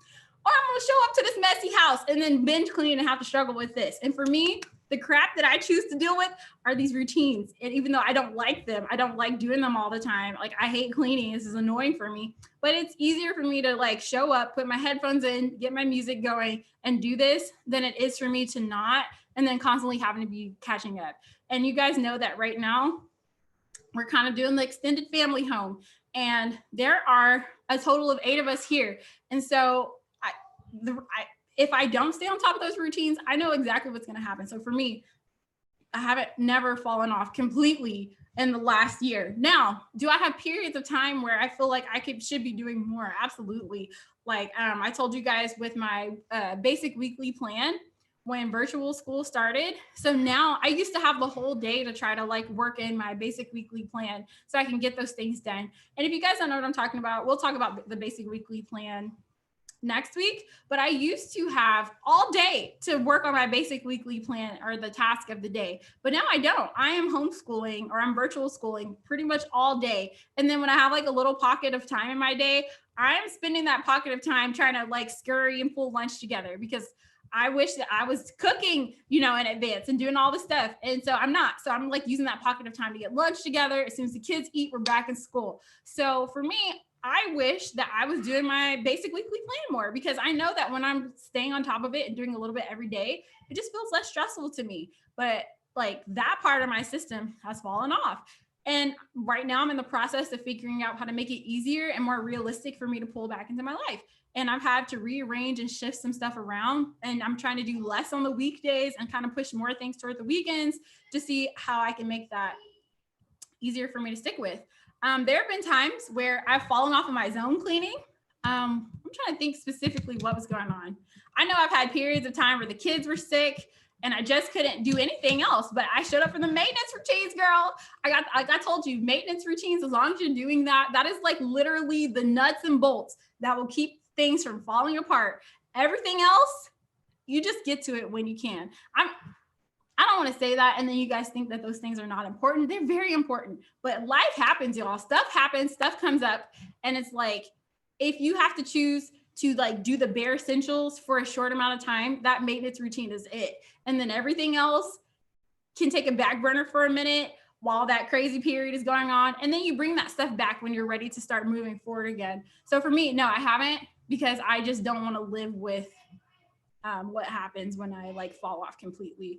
That's just kind of where I am. Like I reached a point where I'm just like, enough is enough. I don't want to live like this anymore. The constant catching up, the binge cleaning, the never feeling like I can get ahead. Like I've experienced too much relief from this way of life. And it's easier for me to do it this way.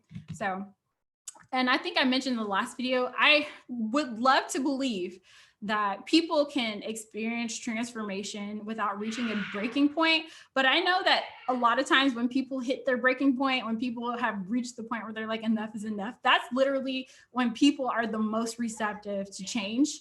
And I really want to believe that you don't have to get that low in order for you to start incorporating the things and trying to figure out how to make this stuff easier for you.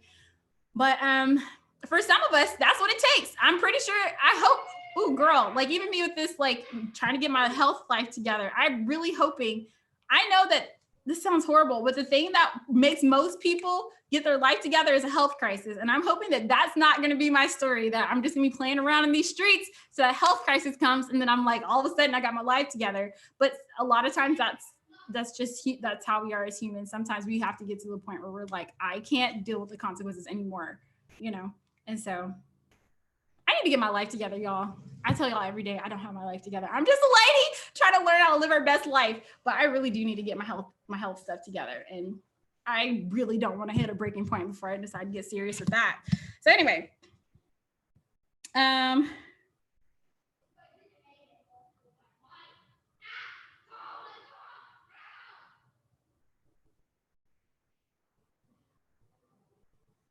okay, Elizabeth said parties and gatherings are things that she can't do and hopes that someday she will. Girl, this system has given me a lot of confidence with that. It really has. I just remember the panic of being like, oh, people are coming to my house.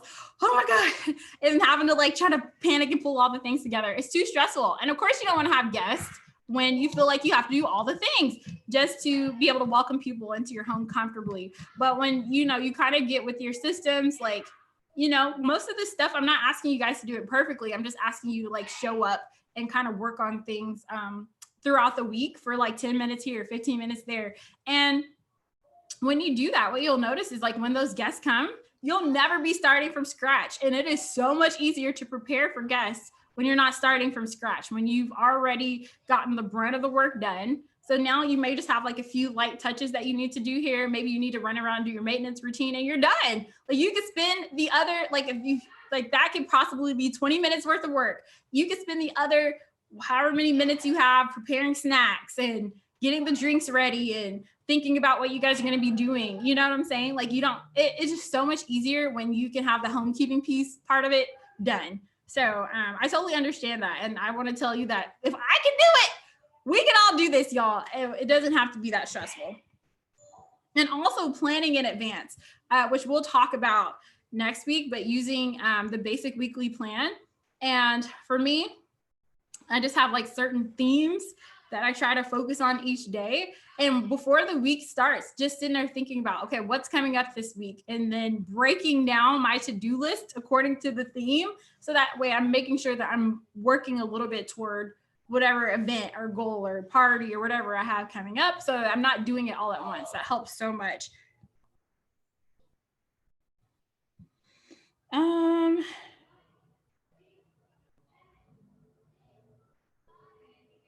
We'll fall back. Great checklist, printable. Okay, yeah. Some people were saying that the Secret Slob has a great checklist, printable, that you guys can use.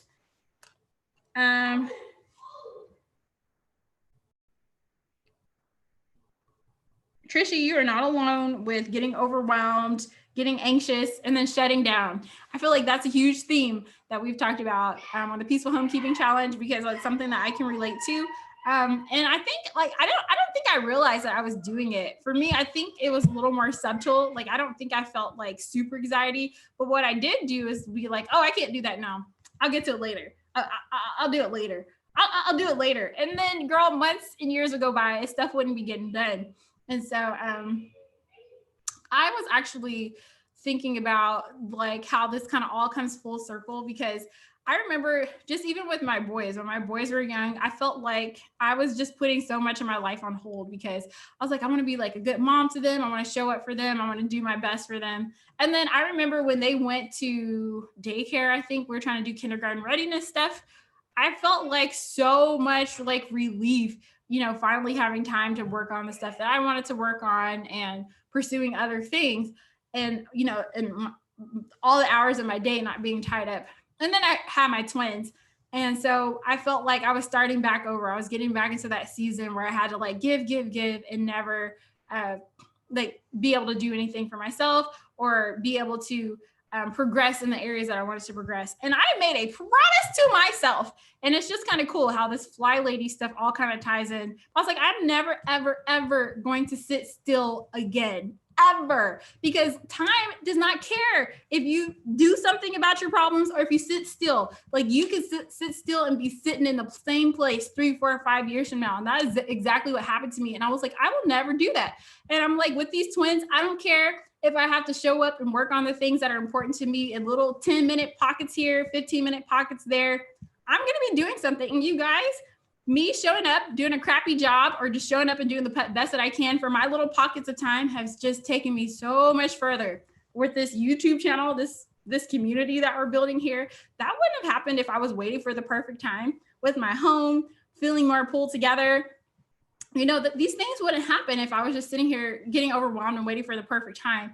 And so that was my thing, is I'll do it later. I do it later. I do it later. I do it later until years have passed and I'm like stuck in the same place. And I'm like, that hurts.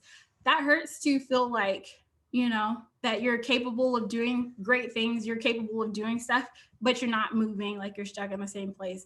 And I'm like, with these twins, I was like, it's not happening. Like I can, and I feel like even now, I feel like more present. And I'm showing up the way more often that I want to. I'm showing up more often like the way I want to be as a mom, when I also take time to take that 15 minutes to make sure the house is not falling apart. Take that few minutes to make sure they have fresh laundry. Take a few minutes for myself to make sure I'm doing self-care and taking care of myself.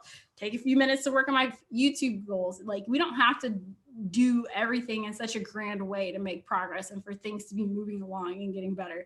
And so I just find that that's pretty much the theme of this fly lady stuff, is take small bites out of it and do it frequently, and then watch your life change. People watch things start to unfold. And so that's kind of cool, like how all that stuff has kind of come full circle for me. Where was the starting video? Okay, I have a playlist. I need to make sure that it's public. I don't think that I made it private. I'm going to check. Actually, let me check on my tablet because I made a playlist. I put everything in order so that new people could come and start from the beginning. So if you go to my YouTube channel, there's a playlist. It's right there. It's called The Peaceful Homekeeping Challenge by Love Always Lede. And you'll see that there's about 8 videos in it. I only have a couple of playlists. This one's private, so you can't even see this one. So I have twins and I have the Peaceful Homekeeping Challenge. I went and deleted all of my old playlists because I didn't want people to get confused. I wanted you guys to be able to go straight to it and not see all the clutter and all the crap. So I only have 2 playlists. One is twins, one is the Peaceful Homekeeping Challenge. So if you go to my YouTube page, you should see somewhere on the top where it asks for playlists, and then you can see the playlist that I have available, which is just 2.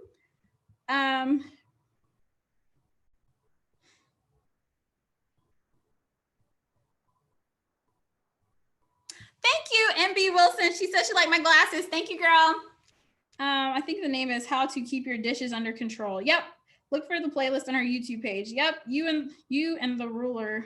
I'm loving it. Smack, smack, smack. Where's my ruler at? All right. Tough love time. The happy housewife orders her groceries. I was like, whoa, I live in such a deep woods area. I wish I could do that. You can't do Walmart grocery pickup. Oh my gosh. Y'all, I signed up for the grocery delivery. I just went ahead and gave Walmart their little chunk of change. Girl, they bring that food to my house. I can't even tell you how much it makes my life so much easier. They bring them groceries straight to this house. And it's so nice because there was one day, like, meal planning is where I need to get my whole life together because I'm winging it, y'all. I'm winging it. I was winging it before, but I was getting better. And then this homeschool, any habit or routine that wasn't fully formed before homeschool got blown out of the water. So all my habits that I had that I was doing pretty good at, like, they're sticking around, but it's the stuff that I was on the, like, kind of still developing and building, that stuff got blown out the water. And meal planning was one of those things that kind of got pushed on the back burner while we were acclimating to virtual school. And so there was one night where I was like, I don't know what y'all gonna eat. And girl, no, it's not a night. It was during the day. And girl, I just ordered some stuff off of Walmart grocery delivery, and they brought that stuff to my house in a couple of hours, and we were able to eat, and all was well with my soul. So that was a really nice thing. And then I love that I can order at night because after the kids go to bed, I try to designate the hours between 7 and 8 to just do home stuff. So that's when I get my evening routine done. If I have zone cleaning, I'll do it then. If I have my weekly home blessing, I'll do it then. And then I'm trying to really get in the habit of any time that's left over, just planning, thinking about how I want the next day to go. And so one night I decided to use those extra few minutes to do a grocery order, and they brought my stuff in at 8 o'clock the next morning, prompt. I was like, this is what I'm talking about, y'all. This is the life, like, you know? So that's just me and these Walmart groceries right now. You are a shining light among fly babies in the YouTube community. That's so sweet. Thank you. Oh my gosh, you guys are so kind. Fly Lady says you are never behind. Just start again where you are. Absolutely. Absolutely. I find that thought of feeling like you're behind on stuff is what shuts people down, because then they feel like they have to catch up. And I'm telling you, you don't. As long as you're doing the maintenance routines, you guys. Well, okay. I'm about to contradict what I just said. It's cool. For me, it does feel like I'm like super falling behind if I don't do my maintenance routine. Dishes, laundry, hot spots. Dishes, laundry, hot spots. Doing my 15 minutes in the morning, 15 minutes at night. However, pulling it back together is never as hard as I think it is. It's not like, oh, now, you know, like it's the end of the world. Literally, whatever, if that happens, if I'm like falling off of my routines, literally, it just takes another 15 minutes and all is right with the world again. So yes, jump back in. Don't let the vision of seeing everything look chaotic and crazy make you feel like it's something that you can't do. Set your timer for 15 minutes. And I promise, for most of us, it is going to take 15 minutes to get things going back again, to get the dishes done and to catch up on the laundry and to do all the things. And anything that you can't do in 15 minutes, for me, this is what I like to do. I set my timer for 15 minutes. I get as far as I can on it. And then anything else that I didn't get to catch up on, so maybe the laundry got out of control and I still need a little more time with that, girl, I will sacrifice one of my zone cleaning days as like a time to go ahead and fold the remaining laundry, or a time to go ahead and put away the remaining like clutter. Excuse me, I cleaned up from a birthday party like this, you guys. I have a video where I just did my normal nighttime routine, then I added a zone cleaning session that night, and then the next day I finished off with the final zone cleaning session, and I cleaned up from a birthday party. So it really is not, that's one of the beautiful things. Like, your brain has a way of trying to convince you that things are worse than they really are. But if you're just like, it's okay, I'm jumping back in there, set your timer for 15 minutes, you'll be surprised at how much you get done. Throw in a zone cleaning session if you need to. Girl, magic. I mean, I just can't tell you how much easier it is. And so now I don't get overwhelmed when I see stuff looking crazy, or like if I'm not on top of things the way that I want to be. I don't get overwhelmed nearly as much, because I think I've provided enough evidence to my brain that 15 minutes is going to pull most of the mess back together if I focus on the right things. And then a zone cleaning session can pull everything else back together for me. So that's kind of where I am right now. I've exploded, not stressing out because I'm making a comeback. Absolutely. I think that was very relevant to what I was just talking about. Does decluttering inside what are in cabinets, closets, should we do that when we're in the room? Absolutely. Yeah, for me, like when I go to an area and I'm decluttering it, for me, I like to do what bothers me first. So if the cabinets are annoying you, go through your cabinets first and then do your, I think that's what I did in my kitchen. I think I started by going through like all of my cabinets. I opened up, I did a 27 fleeing boogie for like the first day. So it didn't even take me as long as I thought it was going to do, as it would, to like declutter and pull out things I didn't like or didn't need anymore. And then the next day, I think I went and arranged stuff, like, and just figured out where I wanted everything to go. I can't remember I think on the third day, I ended up working on like surface clutter and things like that. So work on the things that are bothering you first. Like, eventually you're going to run out of stuff to do. I know that you guys don't believe me, but eventually you're going to run out of stuff to do. So and then you'll just be left with like deeper cleaning and stuff like that. So just keep going, because the more you chunk off of it, the more you tick away at it, like the easier it's going to be. And like I said, the less stuff that's going to be left for you to do. And so you'll get to it eventually if you get consistent about showing up.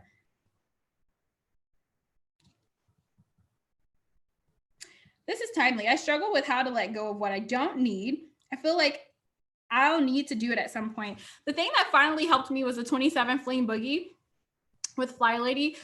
She kind of gave us a pep talk in her book about only holding on to what you need for this season of your life. And you need to be very conscious about weeding out the things that you don't need for right now, because sometimes we buy stuff and we think we have to be shackled to it forever. And you know, some of that stuff can come from that. The reason that we think that way can come from a lot of different sources. For me, I know that my upbringing played a huge part of that, like kind of what people told me about holding on to clutter and how people used to make me feel when I tried to get rid of stuff that I didn't want. And so for me, I had to just do a lot of introspection into like, why do I feel the need to hold on to this when I know that nobody needs it? It's not providing value. It's not helping anybody. And I cannot genuinely say that this is blessing my home right now. Is I really had to like think about like, why do I insist on like holding on to this thing, you know? And eventually I just got to the point where, like, on my 27 fleeing boogies, I just went ahead and just started getting rid of that stuff. I felt like my intuition, I just felt it in my gut that it was time to let stuff go. And I gave myself permission to go with it, because I know what happens when you hold on to clutter. I know what that feels like. So I wanted to give myself permission to let it go and see what that felt like as well. And for me, I found that it really did suck during the process. When it was time for me to let it go, that feeling did suck. But afterwards, I found that I didn't miss the clutter at all. Like, I don't even remember the stuff that we got rid of, because for me, I guess it wasn't that important, you know, like we weren't using it. We didn't need it anymore. And I haven't missed it since. And so this goes back to what I was talking about. Sometimes we think that this is a good decision, this is a bad decision. I want to make sure to choose the good decision, but life is hardly ever that black or white, that clear cut. Sometimes literally you just have two crappy choices and you have to decide which one can I live with. And so for me, it's like, yes, it sucks to let go of perfectly good clutter. Like, this is good quality stuff. I invested in it, even though nobody's using it, and it's just sitting in my closet collecting dust. Yes, it sucks to let this go. But you want to know what also sucks? It sucks to be living in a cluttered home. It sucks for this room to feel impossible to keep clean.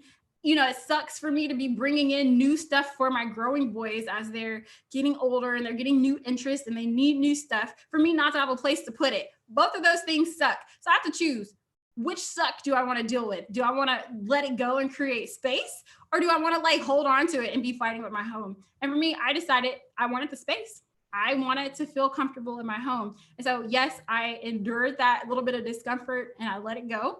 But what I got in exchange was space. And so it's just like, which one you want to deal with? Because both of them, both choices, you have to deal with something. So which one do you want to deal with? Do you want to deal with the clutter and like trying to organize it, spending money to try to spending money to try to find new places for it to go, not having room to bring the new stuff into your home? Or do you want to confront what's making you hold on to that and possibly get to a point where you feel ready to release some of it? You don't got to release all of it, but release some of it so that you can create that space in your home. So that's kind of where I am right now. In my case, as my health has improved, my success with the process has improved. That's so good to hear. I feel the same. I believe clutter is the stuff you do not need or use. And then you organize what is left. Absolutely. Yeah, it's so much easier to organize the stuff that you actually need. Because what I was trying to do is I was trying to organize it all. I was trying to organize the clutter and the stuff that I don't need, and then release a little clutter here. It's too much. It's too much for me. So it works out so much better when I evaluate, is this a blessing to my home? Are we using it? Is it providing value? Like everything that's in my home. Okay, this is extreme. It's not everything, but most things that are in my home, they had to earn a right to be here. Stuff doesn't get to just stay in my home because I bought it. That does not earn you the right to stay in the closet, to stay on the shelf because I bought you. That's no longer the criteria, because that's what it used to be before. I bought you, therefore I have to keep you. I'm not shackled to this stuff anymore. The criteria now is, does it provide value? Value means helpfulness. Is this helping anybody right now? Is this being a blessing to anybody in this home right now? Is anybody actually using it? And if I can't say that, I have to really start making some strong decisions about letting some of that stuff go and releasing it and letting it go to a family that could find use in it, or it could be a blessing too. So, and I've had to let go of some things that were kind of hard for me to let go of, but I don't regret it because I wasn't using it at the time. And if I didn't need it. And so I haven't really thought about that stuff since I let it go.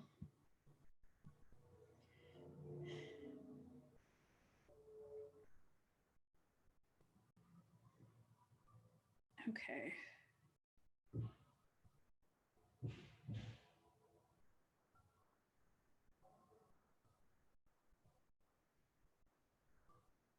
Okay. So,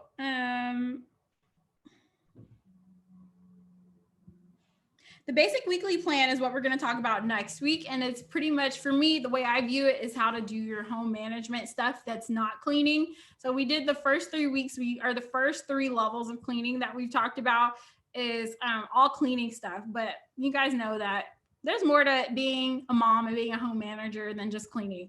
So that's what we're going to talk about with the basic weekly plan. And we're going to be doing that next week.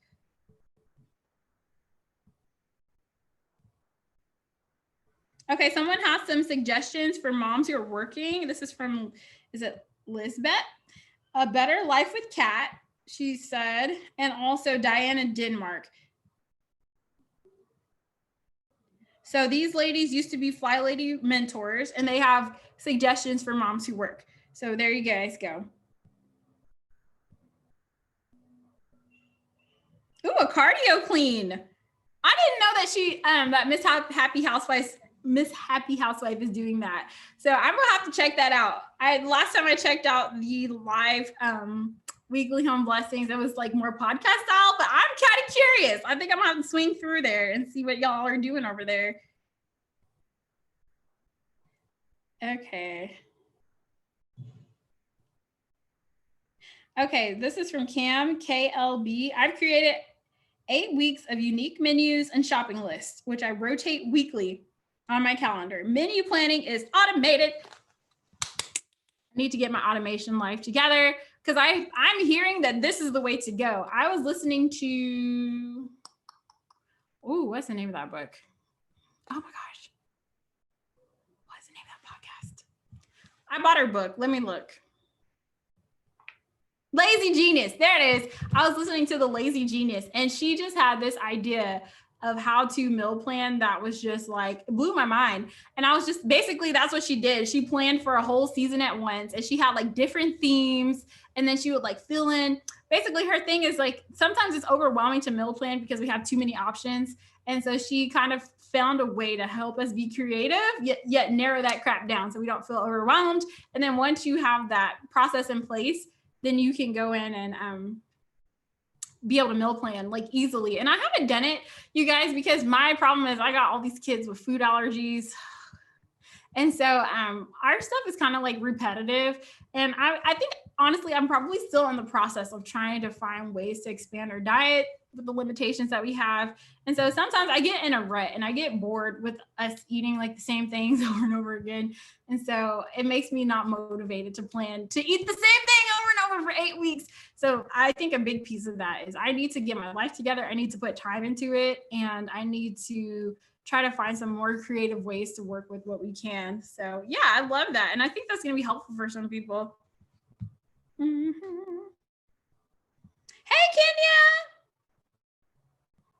She said, yes, keep what you need and use and not what you may need or may use. I love that, because that's the trap for some of us. I might need this one day, but have you used it in the last 2 years though? I'm just saying, and I've really just gotten to the point where I just give myself that permission. Like if I am not using this specific tool, like I have a drawer for tools that I might need, but I'm like, once stuff starts creeping out of that drawer, you gotta go. It's showing that my internet is unstable, so let me know if you guys can still see me. But I'm like, I have a drawer for stuff like that. But literally, you guys, I'm just like, I really struggle with letting go of stuff. And I'm like, you ain't used this in like 3 years, girl. Let that crap go. And I've come to the point where I've given myself permission to order that thing on Amazon. If another 3 years pass by and I'm like, I really did need that cheese slicer or whatever, not the cheese slicer, whatever tool. I can't even think of a name of anything fancy right now, but I give myself permission to order that crap on Amazon when the time comes where I'm in a season where I need it. That's just where I am right now. That's just me. I can't hold on to all the things. Charity in Action says, I love decluttering. It feels great to have less things. Absolutely. The space, it feels so good to like be able to see space, and like I feel like that's where I become more inspired to like finish the job, when I see space and I see potential. But it's really hard to like see potential when you don't have any space to work with. We need to assign, we tend to assign, one thing I've recently began is the 10-item wardrobe capsule from Jennifer Scott. Decluttering clothes was nice. I'm kind of getting there. Like I'm really getting to the point where I'm like starting to think about doing like a 10-item wardrobe, because I really feel like I have a lot of things that I have clothes that I rotate between, but I feel like I really just want like a really nice set of clothes that I can rotate between, because I'm getting to the point where I just like layering things.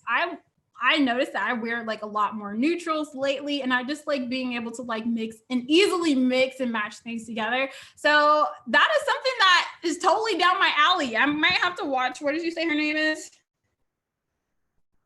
Jennifer. I might have to go check out some of her videos and get some inspiration on that, because I'm just tired of thinking about like what I'm going to wear. I just want it to be super easy and be like, okay, I know all this stuff mixes and matches well together. And that would just be like one less thing I have to think about. We tend to assign too much value to things because we feel like it's at least worth what we paid for it. We don't want to feel like we're throwing away our money. But the real estate the clutter takes up is far more valuable. Okay, yeah, I'm in so much alignment with that. I think somebody left a comment on one of my videos where I was talking about decluttering, and she said she calculated like the cost per square foot in her home. And I think she lived in a city where like property values are pretty high. And I can't even remember the number, but she was like, it costs, blah, blah, blah dollars per square foot. And we're literally filling it up, with all of this cheap stuff. And she's like, let that stuff go, because like the price per square foot in my home is so expensive. It's not worth like letting this junk sit on top of it and for me to be uncomfortable. So yeah, space is valuable. Absolutely.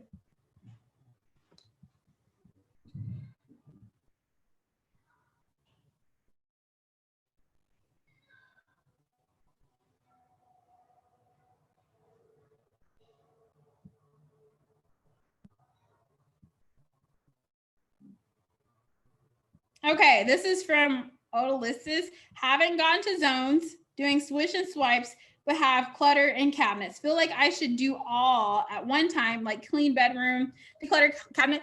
Okay, so I'm sorry. Is it Odalissus?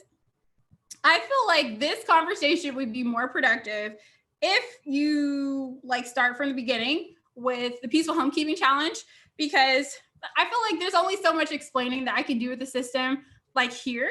And I feel like I try to do a very thorough job with explaining how to do this stuff step by step. And so to me, like when I see questions like that, it's okay if you don't want to do the peaceful homekeeping system, but this is not the Fly Lady systems exactly. These are my modifications and my tweaks to make it easier for me. So I can't really, I feel like I'm not equipped to give you answers if you're just wanting to do it exactly as outlined on the Fly Lady system. Now, if you want to do it the way that I do it, like I said, I have the playlist. It's free right now. It's available to anybody who wants to watch it, but I feel like I can help you more if you kind of have an understanding of kind of my framework and the way that I structure things, and then we can be on the same page. And so honestly, if I ever decide to turn that into a course, it's going to be very inexpensive or it's going to be free, because I feel like I need us to be on the same page in order for me to answer your questions about your processes. And I honestly, I don't think that we are on the same page right now, which is okay, because like I said, my way is not the end all be all, but I don't think I can be helpful to you or clear to you if you don't understand like the basics of the framework right now. So yeah.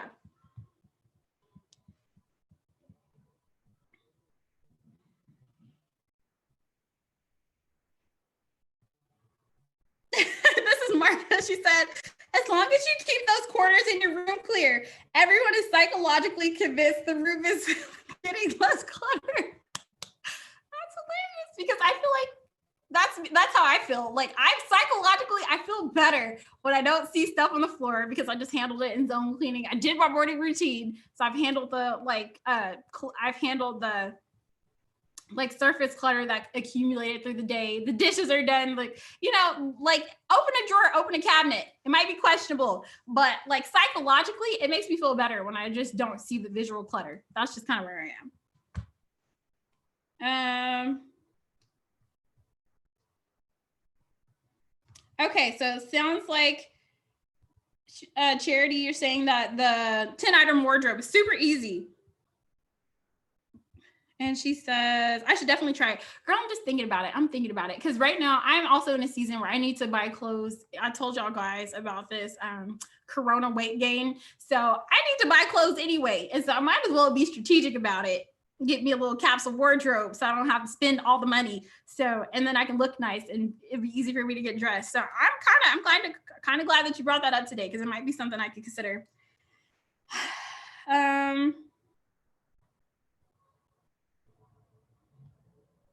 The Lazy Genius is such a great resource. You recommended her and watched her live on IG, and her system is, blessing the brainless crowd pleaser mill list is my way to go. Yep.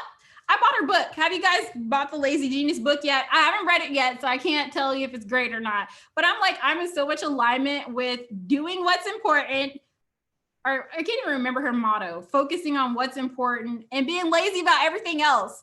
That is literally the motto of my life. I can't do all the things. I can't do everything. I can't do it all well, but I can define my priorities and kick butt on those, and then try to figure out how to get everything else done too. So I love that. And the brainless crowd pleaser, I'm gonna have to look into that. Mill list, is that on our website?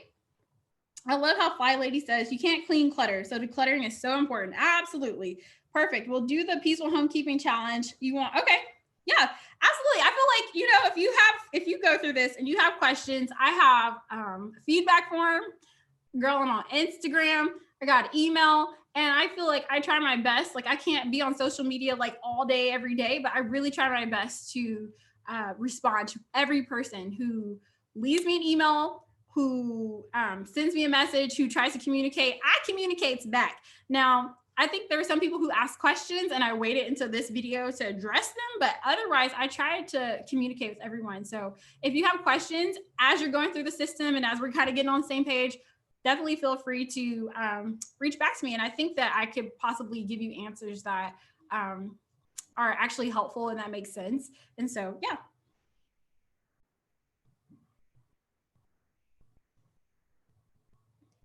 Oh, Kendra says, you will love the peaceful homekeeping challenge. Yay.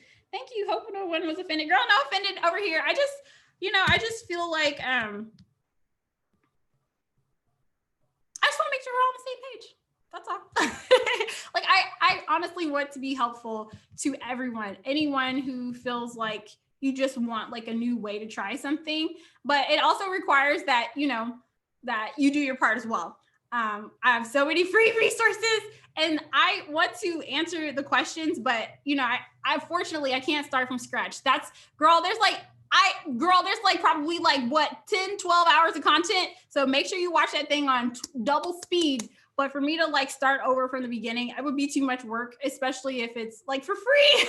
It's for free on that playlist for now. And like I said, even if I decide to package it up and put it into a course, I definitely plan to go cut through some of the things that don't need to be there. So it won't take as long for people to watch the content, but that course will always be very cheap or will be free. Because if you guys come into any plans with me, like in the future, if I offer coaching, if we put this group together, I need to know that you know the basics before you move into the group, because those are the kind of questions that I don't want to answer if we do any additional work together, because it's going to be there packaged for you. I want to know what your next steps are, what your next questions are.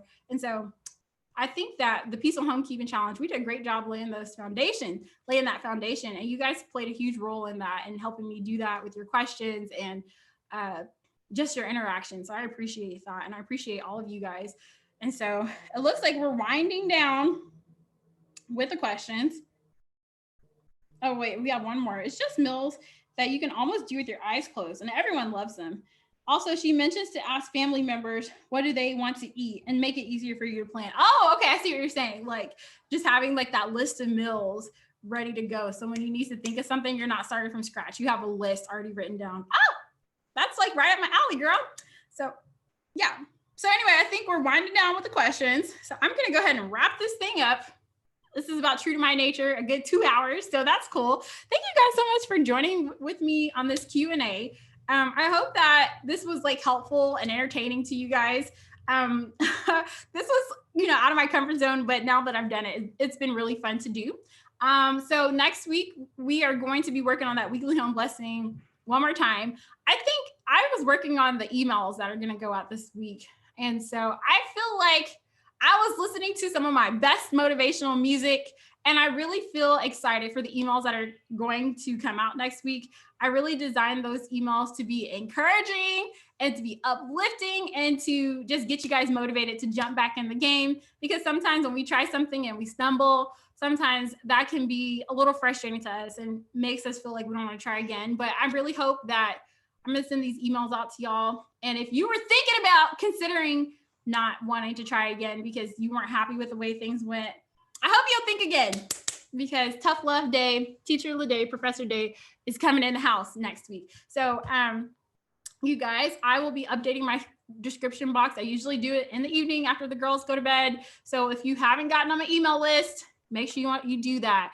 I am slowly going to start phasing off of Instagram. I think I'm going to do it for the next 2 weeks, because I'm going to start putting my attention into researching for this group. We talked about this in the last video, where we're considering starting a community for people who are kind of committed to this journey, because life is just so much easier, you guys, when it feels like you're connected to people who care and who can go through the journey with you. So I'm going to start spending some time there. So sign up for my emails. Like I said, I'm going to start phasing out on Instagram and start putting that attention more toward building a community for us. And so if you guys are interested in that, I just kind of want to get a pulse on who's interested. Maybe I'll do a poll on my YouTube channel to see who's interested, because you know it's going to be an investment to kind of start like a community that's not on Facebook. This seems very clear. Y'all don't want to do it Facebook, deal with Facebook, me neither. So I'm just gonna start getting a pulse who's interested in that and kind of researching depending on the amount of people who are interested, what our options are. So I'm excited because I feel like I just have visions of like this whole like sisterhood, but I just want to see like what's available and what's possible, you know, as we start to pull that together. So anyway, I will see you guys. I'll see you guys next week. All right, bye.